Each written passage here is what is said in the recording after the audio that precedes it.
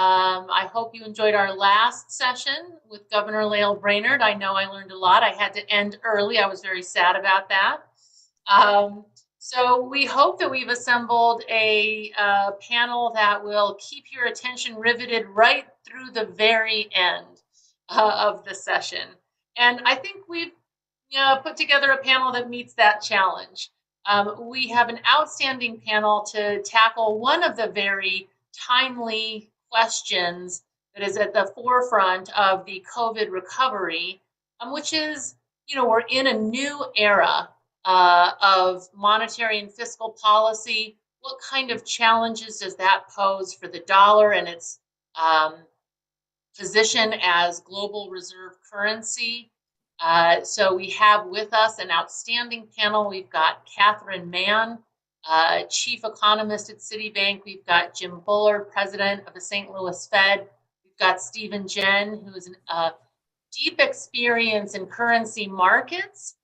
So an excellent mix of experience, both policy and market experience, to bring to bear on this question.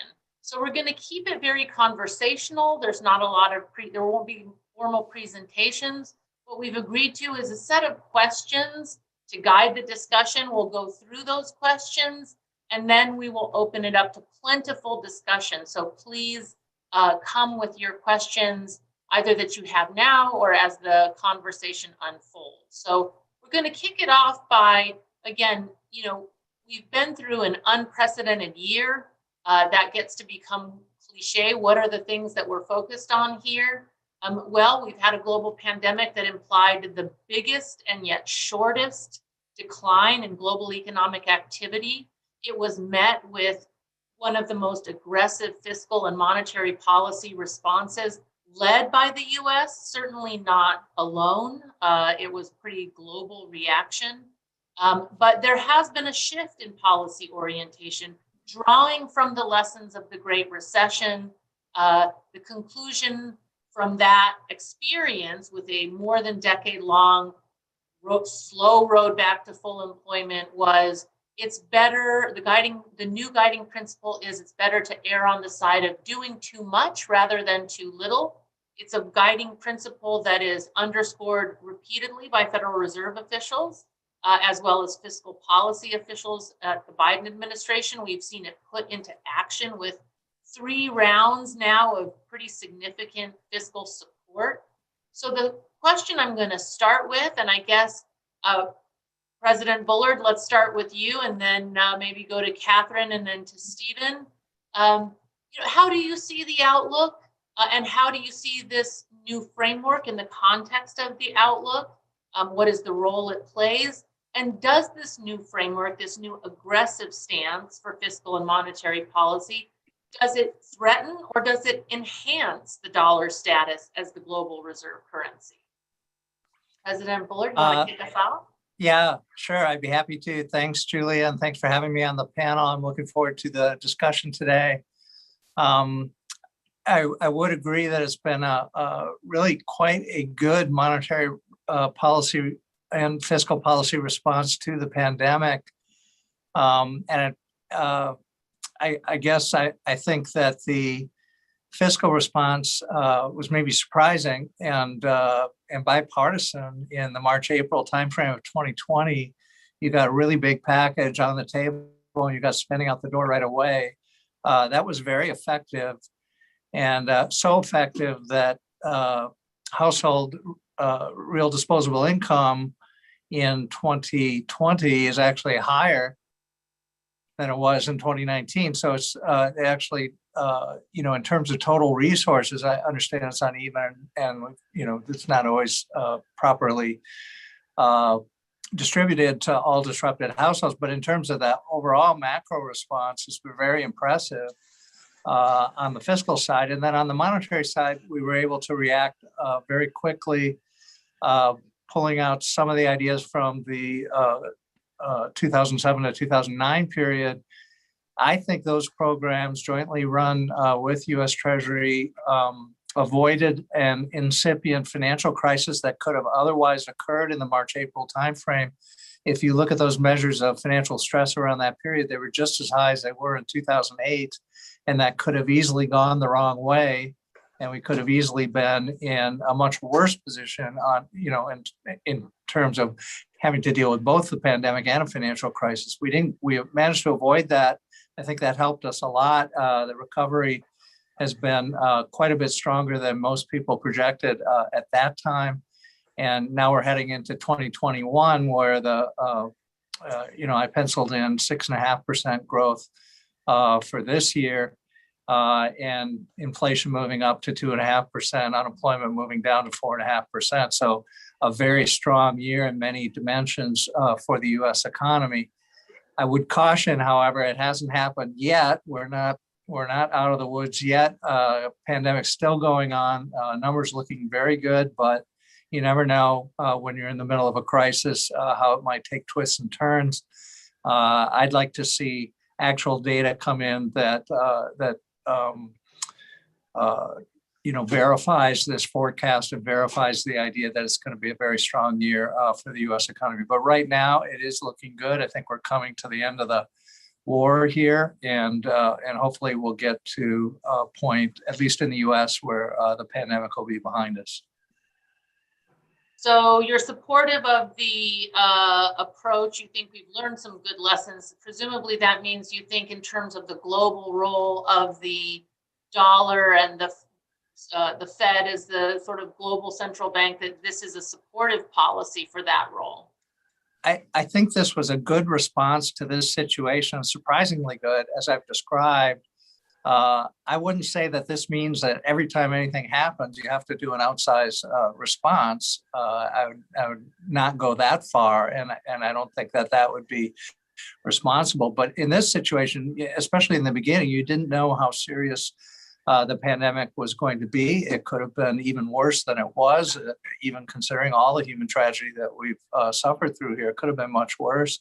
You didn't know when it was going to come to a close. You didn't know when the vaccines would come on board. So there's much to say about the uncertainty around it, and the idea of keeping households whole, I think, was the key phrase here, that you wanted to make sure that people that were disrupted, severely disrupted, were able to pay their rent, were able to continue to make normal expenses, and were able to see their way through to the end of the pandemic. And then the vaccines coming online so much earlier than expected has really helped us a lot. Distribution has been good. Production looks pretty good. So I think we'll be able to get this pulled to a close here pretty soon. Now, for the currency, I think, and the dollar, I've been a longtime advocate that the dollar is going to be the world's reserve currency for a long, long time. We have rivals on the world scene, but they don't look like they're going to knock the dollar off here. And you do have China kind of looming here, but they don't have full convertibility, they don't have full capital ability, and they've got a long ways to go, I think, before they're willing to have a fully flexible exchange rate and do the other things that you'd have to do to be the world's reserve currency. So I think the U.S. the dollar is really unchallenged at this point, and I think that goes for the foreseeable future. There is some distant future where things might change, but it's a ways off. Great, thank you. Catherine, you want to offer your thoughts on the outlook?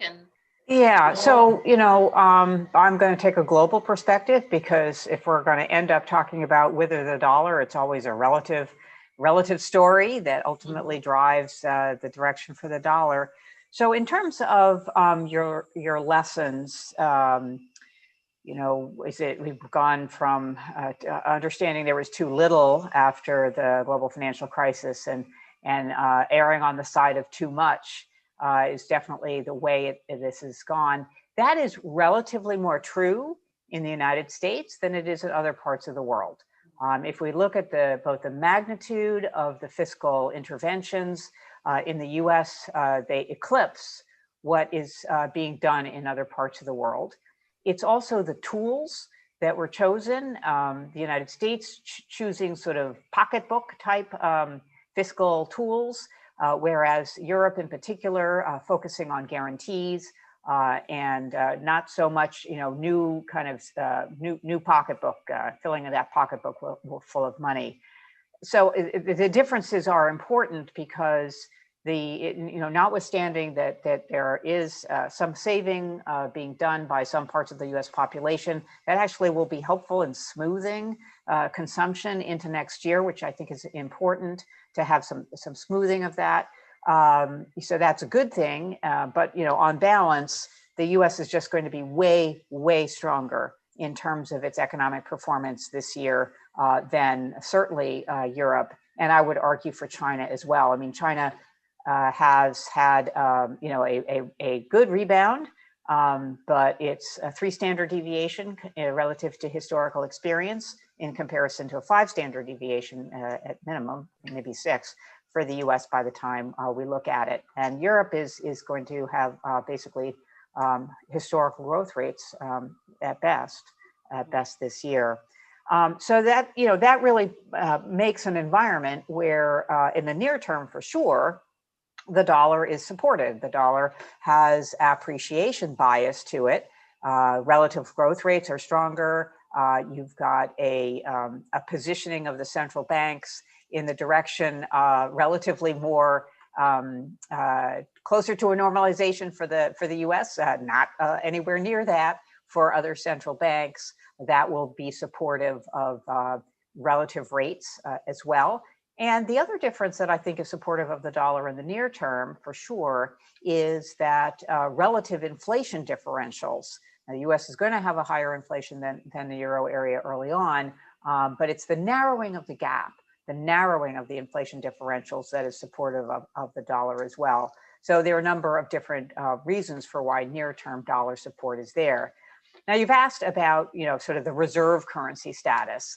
And I think here, I would go, it's too little, too much. It's for the fiscal size of the fiscal interventions. What we really have to talk about for the status of the dollar as an international reserve currency is, did we do the right things with the fiscal levers that we have? And you've got tax, spend, rules and regulation, and then you have choices. What is the in the fiscal buckets? What is the objective? Clearly, early on, the first waves of the fiscal interventions, I call them life preservers, absolutely essential for replacing income lost because of job destruction, because of COVID, and business revenue lost because of COVID. So clearly, those policies, those policy packages had to focus on life preservers. This last package has a number of longer term components to it, on childcare in particular, that has a longer term element to it.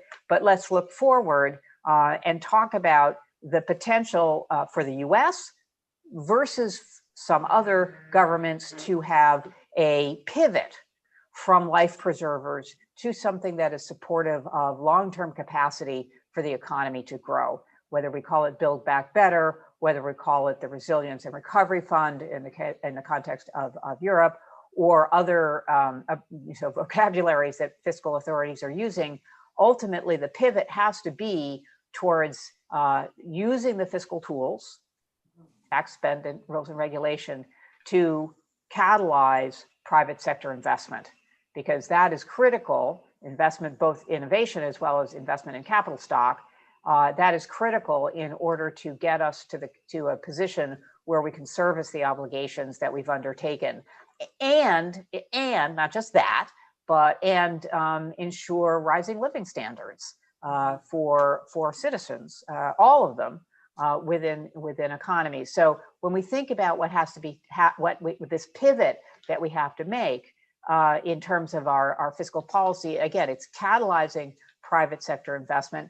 I focus a lot on climate, because if you change the rules of the game on climate, say by changing the relative price of carbon, business has to invest new into that. They can't do business as usual. They have to undertake new business investment. And ultimately, we have to have that catalytic response from the private sector in order to increase the capacity of the economy to deliver higher living standards across the boards for citizens.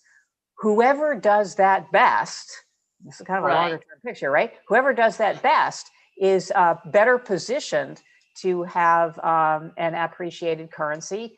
It looks like it might be the U.S., but there's no guarantee that we're going to be able to make that pivot. I think it's a critical question for the dollar as an international reserve currency going forward. I agree with President Bullard that you can't replace something with nothing. So that's gives the dollar the exorbitant privilege, but you can also lose that, as other countries have known over time. So you're sort of framing the climate change as sort of that existential sort of threat that sort of requires a dose of industrial policy to catalyze the investment. So we're sort of in a race to see who can do that the best. I don't know. A carbon tax isn't exactly an industrial policy. I would say that's internalizing the externalities of carbon towards the environment. So I wouldn't call that a industrial I won't policy. put words in your mouth. Okay. Dangerous words. Stephen, would you like to jump in here? Well, I share, first of all, I'm hearing a lot of feedback. Do you guys see that? Turn off your phone. No, I have problems with my computer. I'm using my phone as a backup. So tell me if you cannot hear me. We're still hearing feedback. Tara, do you have a suggestion here? We need to either mute your phone or turn the volume off on your phone or all the way down on your phone, and then you can speak to the camera. How about now? Much better. Okay. Perfect. Sorry about that. So I pretty much share much of, but not everything that's been said so far.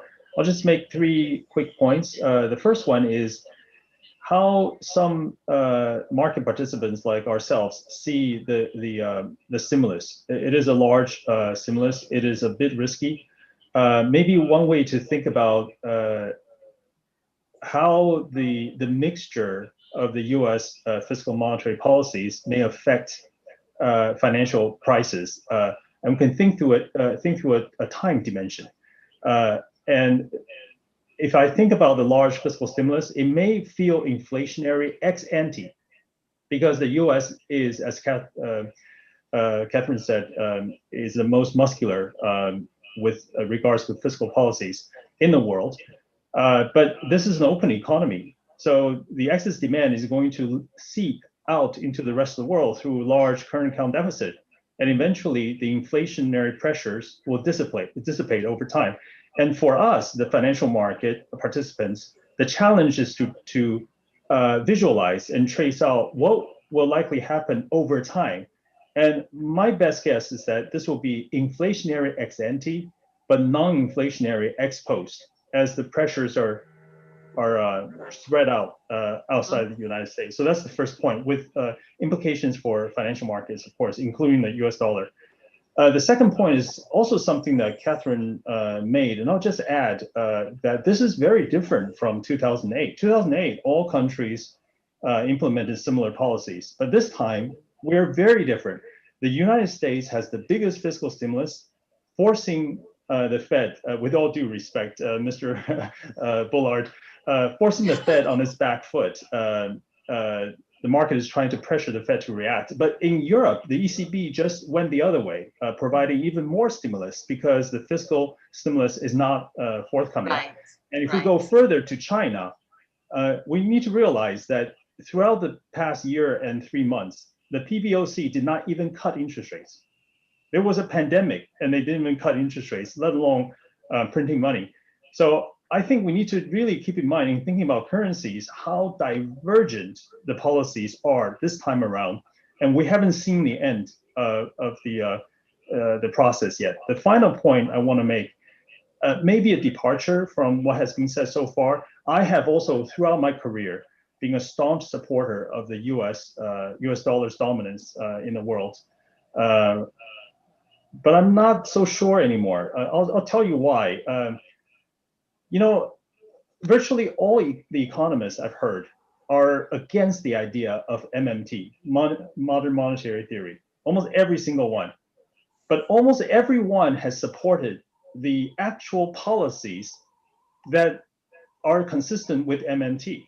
So, and these policies they seem like more one way than two directional. It's very easy to add to what you have done so far. When the next crisis hit, you just add to what you have done, following the BOJ's footsteps.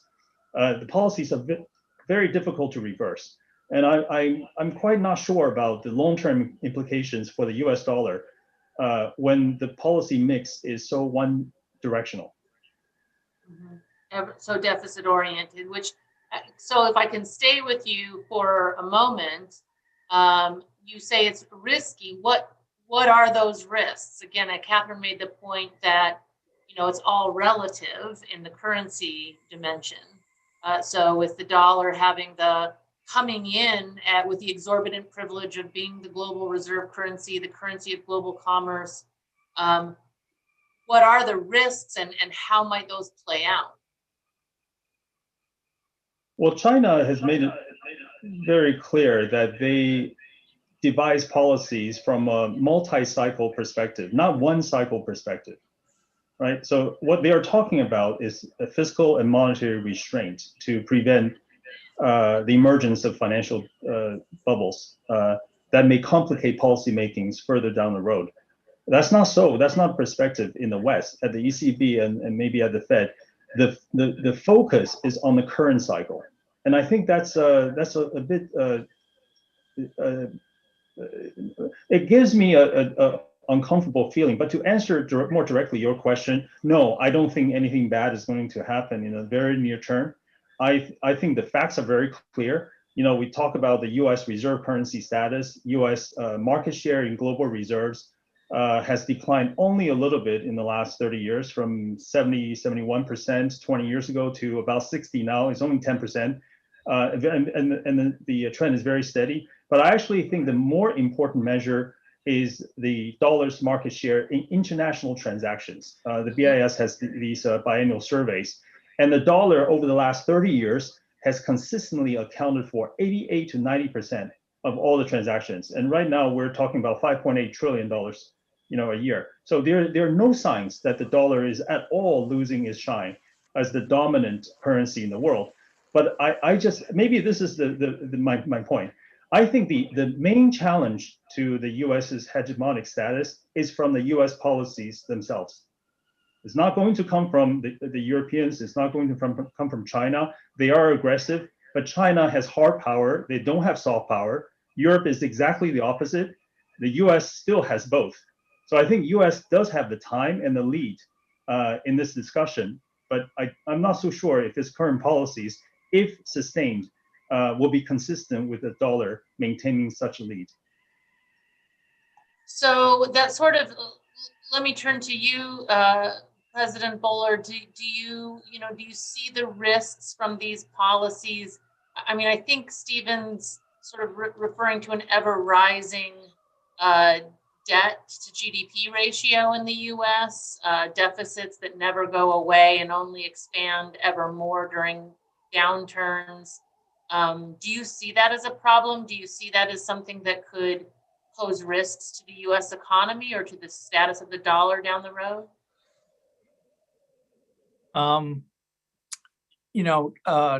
Currencies do get supplanted by newcomers on the scene. Certainly, the dollar was a newcomer in the 20th century and supplanted the pound. These things, though, happen very slowly over time.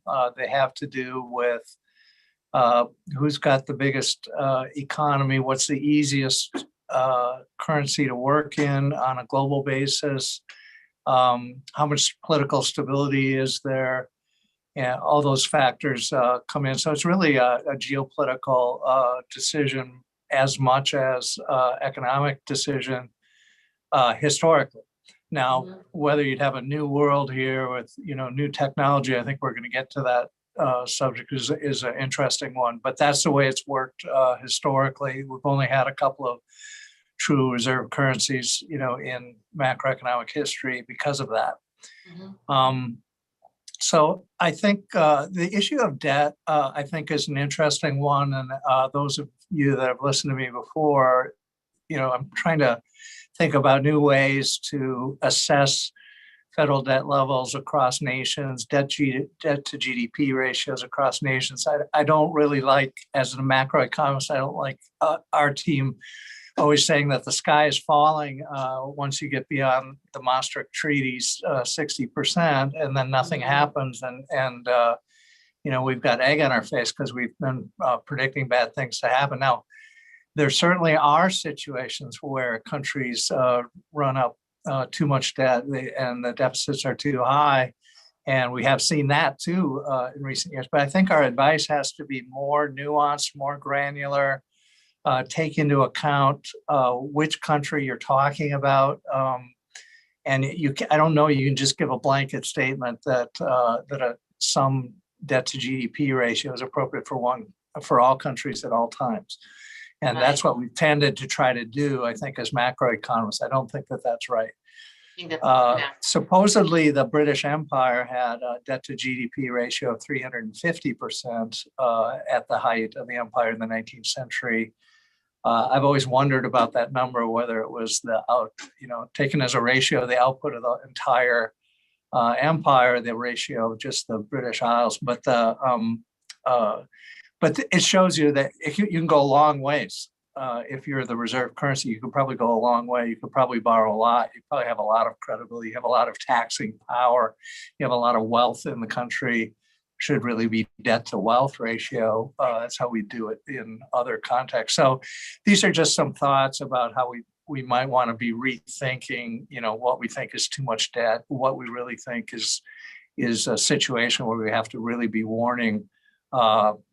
You can read, those of you that are interested, all this audience has probably already read it, but Olivier Blanchard had a presidential address in 2019, mused about some of these issues. Why are the real rates so low if this is a crushing debt burden for the US or Japan? So I think there are a lot of issues here, but I wouldn't be quite as pessimistic as I would have been maybe a decade ago about these kinds of debt levels. Do you, so Stephen mentioned MMT, and Olivier Blanchard sort of, got close to, but didn't go all the way there. Do you, see that as a framework that has some validity and some usefulness in terms of thinking about what is the right size of debt in the public sector as we're going through some, big transformations? What are your thoughts on MMT?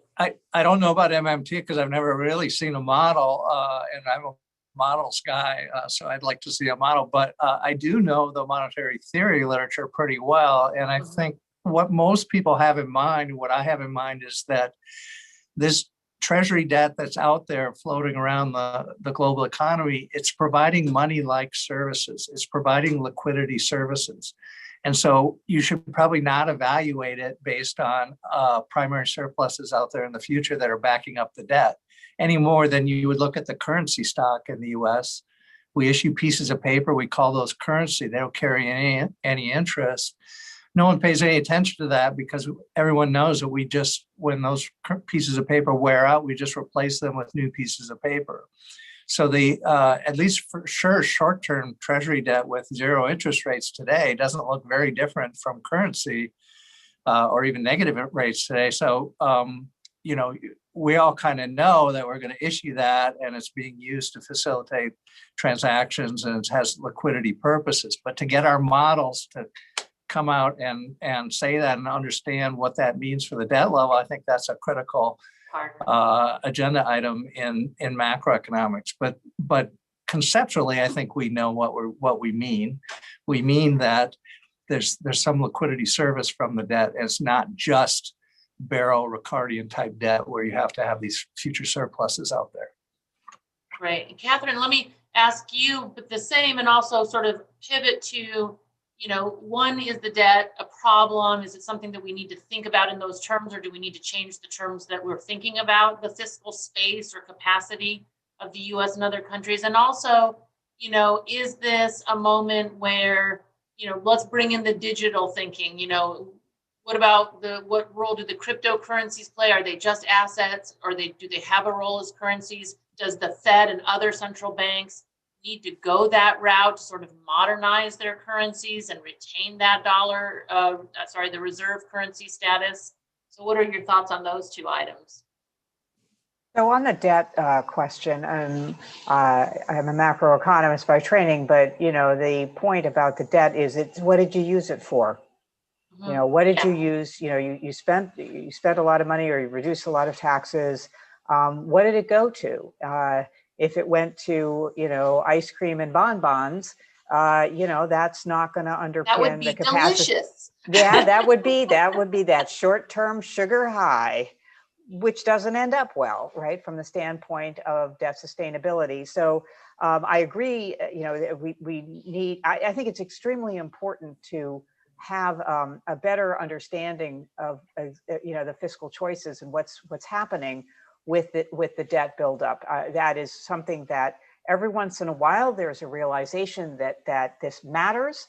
That how the fiscal expenditures have been placed in an economy and what catalysts they have. We talk about multipliers and so forth and so on. But invariably we come down to talking about debt to GDP and that trajectory. And I think it's very important to understand much more about what the relationship is between the expenditures that end up being the debt in the numerator and the outcomes, which is GDP in the denominator. And part of that, of course, is understanding the income decile implications of the choices that are made on the numerator and their implications for the denominator. So, debt to GDP, you got to look at both of them, and you really got to get down below the hood of the macroeconomic aggregates to decide to what extent you are potentially in trouble from a sustainability standpoint or not. And again, debt sustainability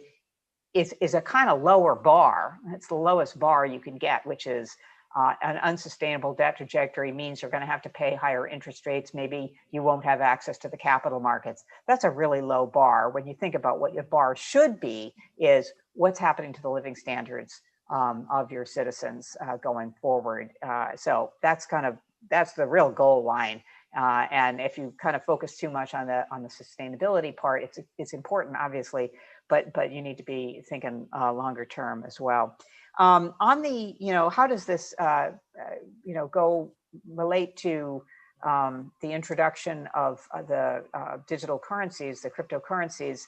So, I think there are, there's a desire on the part of individuals to have a very convenient digital form of transactions, payments, that move faster than we currently do with either paper money or with other monies.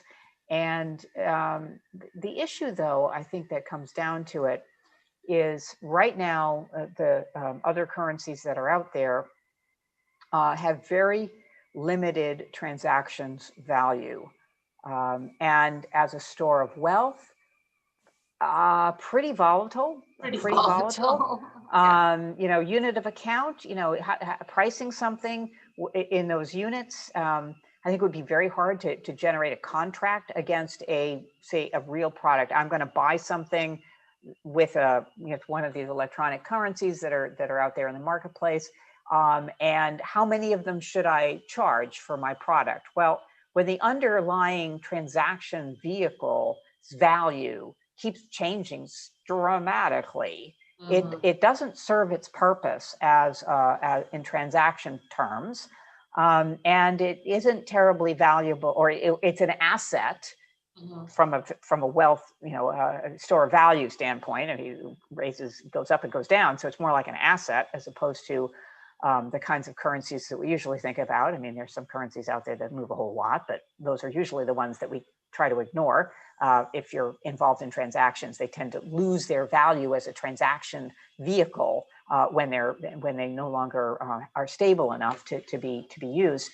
So, on the other hand, central banks are looking very seriously at all the gains that can be had for more rapid transactions, more transactions available to a wider range of public, so financial inclusion, superior superior payments mechanisms than kind of the ones we have now. So there are a lot of reasons for focusing on digital payments, and the currency being a digital product is digital coin, digital whatever, central bank digital currency is an extension of the electronic, the digital payments mechanism. Right now, I'd say that there are kind of two tracks. There's the private track and there's the central bank track. They have different audiences, I think, in terms of and different objectives. And where they cross now in the current environment, where they do cross now is in large bill currencies. That's how we kind of have these two audiences crossing each other, is suitcases full of large bills. That's one of the places where they cross, not the only place they cross. And so going forward, is that the place where the CBDCs and the private digital currencies, is that where they're going to cross? Is that the only place they're going to cross? Or are there other places? So I think right now, as I say, the tracks are different, the objectives and the objectives of what the goal line is for the two types of vehicles are different, CBDCs versus private digital currencies. And I'm not sure exactly how they're going to interact in the end. Right now, as I say, one is more relative. I would call the private sector currencies are really much more of an asset that you can have as part of your portfolio, and much less the other two roles for money that we call money. Yeah. Stephen, what are your thoughts on the cryptos and the digitization, CBDC, and the sort of global context you work in? Well, my own view is that, my own view is that this is a big deal. This is a big deal for the future. I like Catherine's two-dimensional sort of 2x2 matrix, that there's competition between the public and the private sector. I'll just say in China has been very paranoid about being itself, the PBOC, being disintermediated by the private sector, because their e-payment systems are so powerful. E-payments in China account for half of the world's e-payments transactions. So in a defensive measure, they recoiled, and in 2014 they started their ECNY work, building on blockchain technology. They actually last April test launched this ECNY in 4 cities in China. So they're way ahead, but that came out of a defensive mechanism in fear of the sovereign issuer of this fiat money being disintermediated. In the US, I just read this Bloomberg article yesterday. The Federal Reserve and President Bullard, you should tell me why I'm wrong on this. In that article, it says that the Federal Reserve has exactly the opposite position, feeling that the public sector or the central bank should be more reserved, more restrained in a pursuit of this technology and the issuance of e-dollar, because of the respect for the banking sector and the concern that doing so may actually disintermediate the financial sector. So I think this tension is legitimate. It's either the financial sector getting disintermediated or the central bank itself getting disintermediated and lose the seigniorage. Now, so that's one dimension, private versus public. But this creates a public versus public tension, maybe the other direction, public versus public. For example, ECNY is already out there, I said. The e-euro is being worked on. The ECB did make that announcement. In fact, the BIS has mentioned that 80% of the central banks in the world are working on this technology. So I don't think it can be dismissed. I think Bitcoin is probably the worst example to use. I totally agree with Catherine, what she said about this not being a viable medium of exchange or unit of account. But it wasn't designed to be like that. It was a very hokey, very strange entity, and it came out of 2008. The inventors were very frustrated with the monetary system. They invented this this entity. But I don't think that this is going to be the primary form of private sector e-currency that could be in competition with sovereign currency. I'll just wrap up by making this point. This is very relevant for central banks, because if a part of your economy is running on a different monetary system or different monies, how do you control your money supply? How do you measure the impact of your monetary policy? And there are a lot of other implications, from the world having, or central banks losing their monopoly over the issuance of their fiat money. That is a perfect segue. Jim, would you like to have the last word on this panel with your thoughts on digital currencies and the prospect of disintermediation of the Fed? Yeah, I would love to. Those of you that want to see my views, I have a slide deck called Non-Uniform Currency and Exchange Rate Chaos, one of my favorite titles. And it actually talks about many of the issues that are brought up here. So let me just touch on a few things that are in that deck. First of all, currency competition is nothing new. There are lots of currencies in the world and they're all competing. So you bring on some more, that's fine, bring it on. What's different here is that you've got privately issued currencies. What did Milton Friedman say about that? If you allow people to privately issue currency, you're going to get a lot of private currency issuance, and that's exactly what's happened. We've got thousands of these things going on in the, all over the world. Most of them aren't used very much, but okay. So I think that's the second thing to keep in mind. Another thing to keep in mind is that at one time, the US, if you look back at US history, pre-Civil War, there was a non-uniform currency. The situation was basically that you had sort of, Bank of America dollars and JP Morgan dollars and Wells Fargo dollars, and these things were trading all over. But if you had one type in your wallet and you tried to go somewhere else to use it, you weren't sure what discount you would get. So that's exchange rate chaos. And what do we know about exchange rates? They're very volatile, and it's very unclear what drives them. It doesn't seem to be fundamentals, even between major currency pairs. The volatility is way too high to be accounted for by fundamentals alone. So, the notion that you're going to go into Starbucks and use Ethereum to pay, or maybe you'd use $1 to pay, or maybe you'd use yen to pay, or maybe you'd use Bitcoin to pay.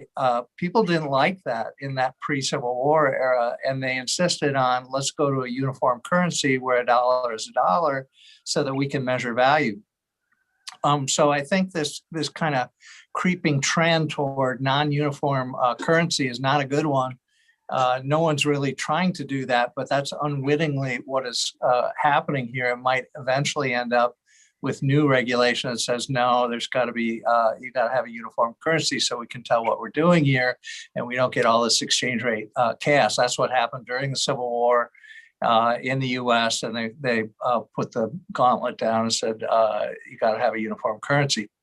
So I think, there's much to consider here about the technology. All central banks, I think, are looking at this.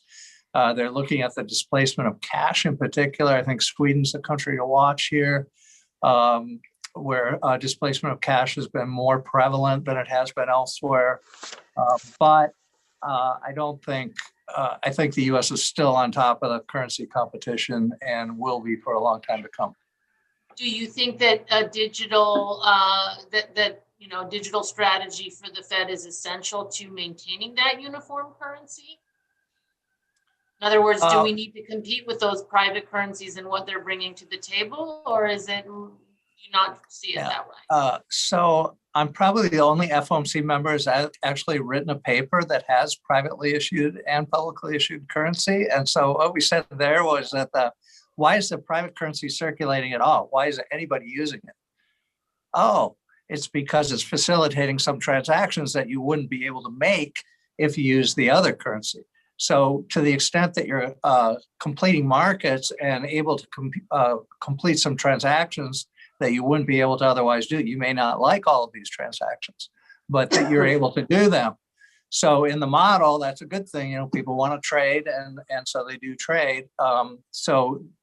If you view it as completing markets, then it makes sense that both currencies would trade side by side. But what the exchange rate is going to be is a good question, and the exchange rate's been all over the place with these cryptocurrencies. So they have a very hard time maintaining value. Also, they have to do all the same things that you have to do if you maintain your own currency within a country. They have to have a good monetary policy behind the currency, and I don't think you've got that. You've got the risk of, first of all, you've got how are you going to control the supply when anybody can enter this market at any time? You're not controlling the supply. And another thing is you've got these forks in the road, and people have argued about that, whether that's really doubling the money stock or not. So I think it's very hard to think about what's the monetary policy behind the currency. I think Catherine's right. You probably have to think of this as an asset. We have lots of things that we trade around and that have value.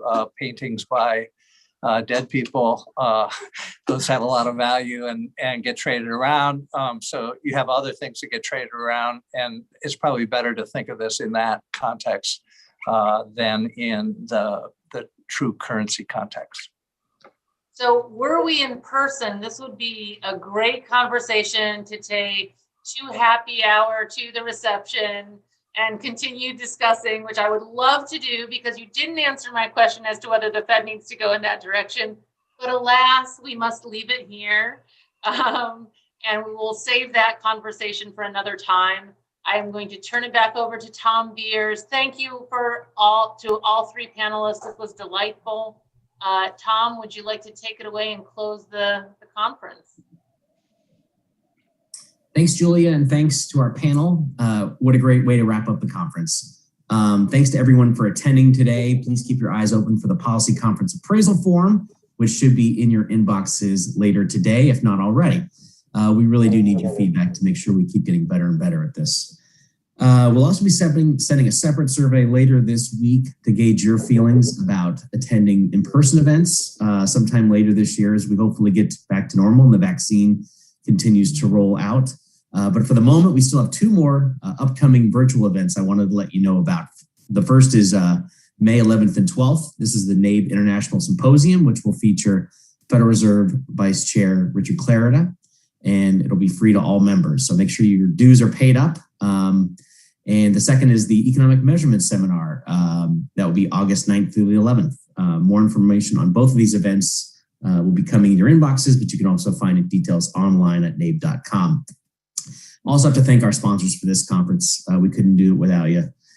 Peterson Foundation, the McKinsey Global Institute, Haber Analytics, KPMG, CoreLogic, Ford Credit, Grant Thornton, Morning Consult, NFIB, REMI, Census Bureau, Upjohn Institute, General Motors, Macropolicy Perspectives, and Oxford Economics. A couple more thank yous. I'm the thank you guy today. Our conference chair is Carolyn Evans of Intel, Catherine Mann of Citigroup, Mark Palin of Fannie Mae, and your awesome committee for pulling this conference together over the last 6 or 7 months or so. Final thank yous just to my awesome team, Colette Brissett, Chris Jonas, Tara Monroe, Michelle Strezzi, and Melissa Golding. Thanks again to all of you for attending. Take care, be safe, and we hope to see you soon.